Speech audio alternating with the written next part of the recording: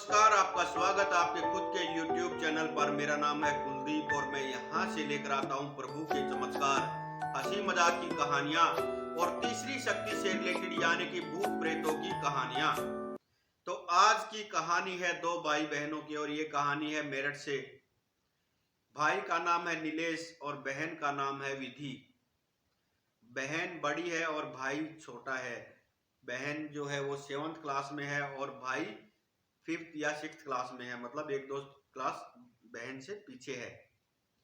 और इनके mummy papa इनके साथ रहते हैं और दादा दादी जो है 3 घर छोड़ के इनसे ये लोग वहां पर रहते हैं। दादा दादी को कई बार इनके मम्मी पापा बोल चुके हैं कि आप लोग हमारे साथ रहिए, लेकिन दादा दादी को वहां पर रहना अच्छा लगता है और कहते हैं कि हमारा यहीं पर मन लगता है और हम तुम लोगों से दूर भी कितना है, सिर्फ 2-3 घर तो दूर हैं और हम अगर वहां पर आ जाएंगे तो इस घर का क्या होगा। तो उसमें इनको कोई किसी को कोई समस्या नहीं है। ये 2-3 घर दूर रहते हैं, लेकिन साथ में ही समझिए 2-3 घर का फासला भी क्या होता है। और खाना वगैरह जो है नीलेश और विधि की मम्मी ही उनके लिए बनाती है, तो कोई समस्या नहीं है। बहुत प्यारा सा माहौल है और ये दोनों अपने दादा के फेवरेट हैं और दादा भी इन दोनों का फेवरेट है, क्योंकि दादाजी जो है इनकी पहेलियों के जो इनकी पहेलियां होती हैं, अजीबोगरीब से जो सवाल होते हैं इनके, उसके जवाब सिर्फ इनके दादाजी ही इन्हें देते हैं, बाकी कोई नहीं देता। और दादाजी ने बहुत प्यारी प्यारी कहानियां सुनाते हैं और बहुत सी ऐसी कहानियां भी दादाजी ने सुनाते हैं जो कि नहीं सुनानी चाहिए शायद, मतलब कि भूत प्रेतों की कहानियां। अच्छा सा माहौल है, प्यारा सा माहौल है घर का। लेकिन अभी देखिए समस्या शुरू होने वाली है इनके घर पे, क्योंकि पिछले कुछ दिन से इन दोनों भाई बहनों को कुछ अजीब से सपने आते हैं। और सपने भी किस तरह के, जैसे जहां पर बहन का सपना, विधि का सपना जहां पर खत्म होता है, वहां से नीलेश का सपना शुरू होता है। मतलब वहां से ये कंटिन्यू करता है, इसको सपना आता है और ये जब सुबह डिस्कस करते हैं तो सपने बिल्कुल एकदम सेम से हैं इनके। मतलब जहां पे विधि का सपना खत्म हुआ वहां से नीलेश का सपना शुरू होता है। और मतलब ये नहीं, ये छोटे छोटे नादान से बच्चे, इनको इन चीजों का नहीं पता कि क्या मतलब चालाकियां होती, क्या छल कपट होता है, या मतलब क्या झूठ फ्रेब होता है। ये मतलब जो बातें बोल रहे हैं बिल्कुल सच बोल रहे हैं। तो ये एक दिन अपने दादाजी के पास जाते हैं। मतलब सुबह जब ये उठे और आपस में जब इन्होंने बातें की, तो आज ये सपना जो है कुछ अलग था।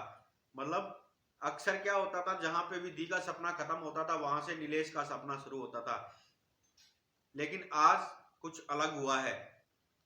विधि ने पूछा कि आज भी तुमने कोई ड्रीम देखा क्या, तो नीलेश ने बताया हाँ मैंने देखा, जैसे खिड़की से हमारे रूम में कोई छिपने की कोशिश कर रहा था और बाद में वह जो है खिड़की से निकलकर बाहर चला गया। विधि कहती है लेकिन ऐसा कैसे हो सकता, आज तक तो हमें सपने जो है एक जैसे आते थे, मतलब जहां पर मेरा सपना खत्म वहां पर तेरा सपना शुरू, लेकिन आज मुझे कुछ अलग दिखा है। मैंने देखा कि हमारे यहाँ पर मेरे सिर के पास कोई खड़ा हुआ था और वो यहाँ पर मेरे इस पिल्लो पे आके बैठा भी है और उसने हम दोनों को डराया है बहुत जबरदस्त तरीके से। तो ये कहते हैं कि हम दोनों आज दादाजी से पूछते हैं इस विषय में। ये दादाजी के पास गए और उन्होंने पूछा कि दादाजी इन सपनों का भी कोई मतलब होता है क्या, तो दादाजी कहते हैं हाँ मतलब तो होता है, लेकिन बच्चों के सपनों का कोई मतलब नहीं होता। तुम लोग देख रहे हो कि हम लोग बॉलीवुड के स्टार बन गए हैं या ये बन गए हैं, तो ये इतनी जल्दी नहीं होता, उसके लिए बहुत मेहनत करनी पड़ती है। तो जब इन्होंने अपने सपने के बारे में बताया तो यहाँ पर दादाजी भी डरने के लिए मजबूर हो गई और दादाजी ने ऐसी बात शुरू कर दी कि ये बिल्कुल भूल गए थे कि सपना कोई आया था या नहीं। मतलब इनकी जो बातें थी, इनका जो टॉपिक था वो बिल्कुल दादाजी ने चेंज कर दिया, क्योंकि इनके पिताजी और इनके चाचा जी को भी ऐसे ही सपने आते थे। मतलब जहां से इनके पिताजी का सपना खत्म होता था वहां से इनके चाचा जी का सपना शुरू होता था। और इनके चाचा जी जो है वो एक बहुत बड़े तांत्रिक थे जो कि अब इस दुनिया में नहीं है। इनके पिताजी भी अब नहीं है, लेकिन इनके चाचा जी जो थे, इनके दादा के जो चाचा जी थे, उनकी मृत्यु भी इसी वजह से हुई थी। वो इन तीसरी शक्तियों के विषय में, भूत प्रेतों के विषय में बहुत कुछ जानते थे, इसीलिए उनकी मृत्यु हुई थी। और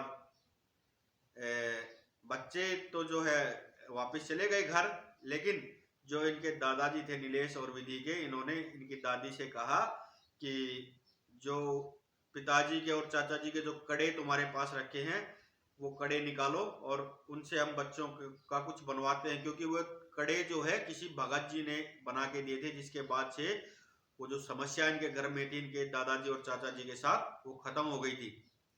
तो दादी ने जो है मना किया कि नहीं, मरे हुए लोगों की चीजें इस्तेमाल नहीं करते, और अगर आपको इस्तेमाल ही करनी है तो सिर्फ पिताजी का जो है वो कड़ा इस्तेमाल कीजिए, चाचा जी का नहीं, क्योंकि उनके विषय में आपको भी पता है और मुझे भी पता है कि वो क्या थे और क्या करते थे।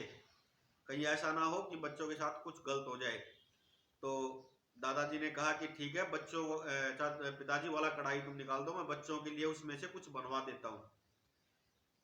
तो देखिए यहाँ पर गलती इनकी दादी से हुई, बच्चों की दादी जो थी उनसे गलती हुई, वो गलती से चाचा जी का कड़ा दे दिया और ये लेकर एक सुनार की दुकान में उसको गए कड़े को और कहा कि इसमें से बच्चों के साइज की 2 अंगूठियां बना दो, बन सकती हैं या कुछ मतलब कम पड़ेगा। तो उसने कहा अरे इसमें से तो बहुत बन जाएंगी।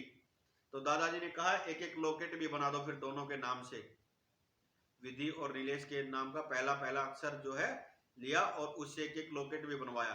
और देखिए हम कोई भी चीज जब हमें ऐसी धारण करनी होती है तो उसकी विधि विधान से पूजा होती है, बालाजी के बाएं पैर से उसे छुआया जाता है, गंगा जल से पवित्र करवाया जाता है, तब ये चीजें धारण की जाती हैं। लेकिन इनको थोड़ा सा ये व्यस्त हो गए थे, काफी बुजुर्ग भी हैं, वृद्ध हैं, ये भूल गए थे और मम्मी पापा को इस विषय में कुछ पता ही नहीं था। और जब दादाजी ने इन्हें ये चीजें लाकर दी, एक एक लॉकेट और एक एक अंगूठी, तो बच्चे बहुत खुश हुए। और पिताजी इनके जो थे नीलेश और विधि के, वो कह रहे हैं कि पिताजी आप इन्हें बिगाड़ दोगे, आप ये सब चीजें करने की क्या जरूरत थी, ये लेके आने की क्या जरूरत थी। तो ये दोनों बच्चे कहते हैं कि क्या इसके बाद हमें वो डरावने सपने नहीं आएंगे।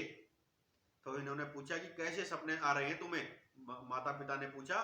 तो दादाजी ने यहाँ फिर से बात जो है टाल दी और बात यहाँ पर खत्म हो गई। लेकिन बच्चे अगले दिन सुबह सोकर उठे ही नहीं स्कूल जाने के लिए, मम्मी बार बार उठा रही लेकिन बच्चे उठ नहीं रहे हैं। काफी कोशिश करने के बाद जब ये उठे हैं तो इनकी आंखें एकदम से लाल सुर्ख हो रखी हैं और ये दोनों एक दूसरे की तरफ देख रहे हैं, कोई बात नहीं कर रहे हैं। मतलब इनके बिहेव में चेंज आ चुका है, इनके बर्ताव में चेंज आ चुका है, खेल शुरू हो चुका है। जो चाचा जी जो इनके थे, मतलब इनके दादाजी के जो चाचा जी थे, वो इस घर में आ चुके हैं अब। और बच्चे, इनकी मम्मी ने सोचा कि मैं छिपकर देखती हूँ ये क्या हरकतें करे, शायद ये स्कूल ना जाने का बहाना बना रहे हैं, इसकी वजह से ये सब ऐसा ये ऐसी सब हरकतें कर रहे हैं। मम्मी ने दरवाजा बंद किया और छिपके देख रही थी तो ये दोनों बच्चे दीवार की तरफ मुंह कर बैठ जाते हैं और जैसे इन्हें कोई कमांड दे रहा हो उसी हिसाब से ये अपनी गर्दन हिला रहे हैं, उसी हिसाब से ये बातें कर रहे हैं किसी से जो कि मम्मी को दिखाई नहीं दे रही। और ये अचानक से इनके रूम में एक छोटी सी खिड़की बनी हुई थी, उसमें से दोनों बच्चे जंप करके बाहर चले जाते हैं और मम्मी इनके पापा को बोलती है, नीलेश विधि के पिता को, कि ये शायद इनका स्कूल ना जाने का बहाना, देखो ये खिड़की से निकलकर बाहर भाग गए हैं दोनों। जैसे इसके पिता ने बाहर आकर देखा तो बच्चे वहां पर है ही नहीं, और जबकि इनके घर से जो गली का कोना है वो इतनी दूर है कि इतनी जल्दी बच्चे वहां तक नहीं पहुंच सकते, उसको क्रॉस नहीं कर सकते। मतलब जब इन्होंने देखा बच्चे ना घर पे हैं ना गली में हैं, काफी जब तलाश की गई दादा दादी तक भी मैसेज पहुंच गया और दादा दादी भी घर पे आ गए थे। दोनों को समझते देर नहीं लगी कि यहाँ पर खेल शुरू हो चुका है, शायद हमसे ही गलती हुई है। काफी ढूंढने के बाद देखा कि बच्चे एक रोड पर बैठे हुए हैं अकेले और दोनों एक दूसरे पे पीठ घुमाकर बैठे हैं, मतलब अजीबो गरीब तरीके से गर्दन घुमा रहे हैं और अजीबो गरीब सी हरकतें ये किए जा रहे हैं। बड़ी मुश्किल से इन दोनों को घर लेकर आया गया और मतलब अब ये अजीबो गरीब सी हरकतें मतलब करने लग गए हैं, जैसे इनके दादाजी के जो चाचा थे वो बोलते थे वैसे ये दोनों बच्चे बोल रहे हैं और हंस रहे हैं। घर में बुरी तरीके से डर का माहौल छा चुका है। मम्मी पापा को कुछ समझ में नहीं आ रहा क्या है, लेकिन दादा दादी तो समझ चुके थे कि ये खेल शुरू हो चुका है, शायद गलती हमसे हुई है। वो जो कड़ा था वो पिताजी के बजाय चाचा जी का था। और जब इन्होंने देखा तो हाँ बिल्कुल वही हुआ, क्योंकि उनके साइज में सिर्फ फर्क था छोटे बड़े का, बाकी सेम थे दोनों कड़े। तो काफी परेशानियों के बाद एक भगत जी जो इनके घर के पास बालाजी मंदिर में रहते थे उनको बुलाया गया उन्होंने कुछ उतारा किया, लेकिन उन्होंने एक ही बात बोली कि इन दोनों बच्चों को जितनी जल्दी हो सके मेहंदीपुर बालाजी लेकर जाना पड़ेगा, उसके अलावा इनका कोई समाधान नहीं है। और समस्या बहुत विकट है, क्योंकि जो ये इन बच्चों के माध्यम से जो बातें कर रहा है, जो ये खेल कर रहा है, ये कोई छोटी मोटी चीज नहीं है। ये अपने आप में एक बहुत बड़ा तंत्र विद्या का जानने वाला है।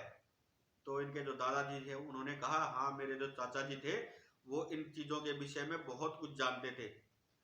पंडित जी जो थे, बालाजी मंदिर के जो पंडित जी थे, उन्होंने कहा कि अभी तुरंत इनको मेहंदीपुर बालाजी लेकर जाना पड़ेगा, नहीं तो बच्चों के साथ कुछ भी अनिष्ट हो सकता है। और पंडित जी जो है साथ गए इनके मेहंदीपुर बालाजी, और इन्हें 5 बार मेहंदीपुर बालाजी जाना पड़ा बच्चों को लेकर। उसके बाद ये बच्चे ठीक हुए, और वहां पर जब पता लगा मेहंदीपुर बालाजी में, तो इन बच्चों के साथ करीब 20-22 प्रेत थे। लेकिन अब बच्चे बिल्कुल स्वस्थ हैं और अच्छी इनकी पढ़ाई चल रही है। और ये कहानी कोई ज्यादा पुरानी नहीं, 12-15 साल पुरानी ही कहानी है।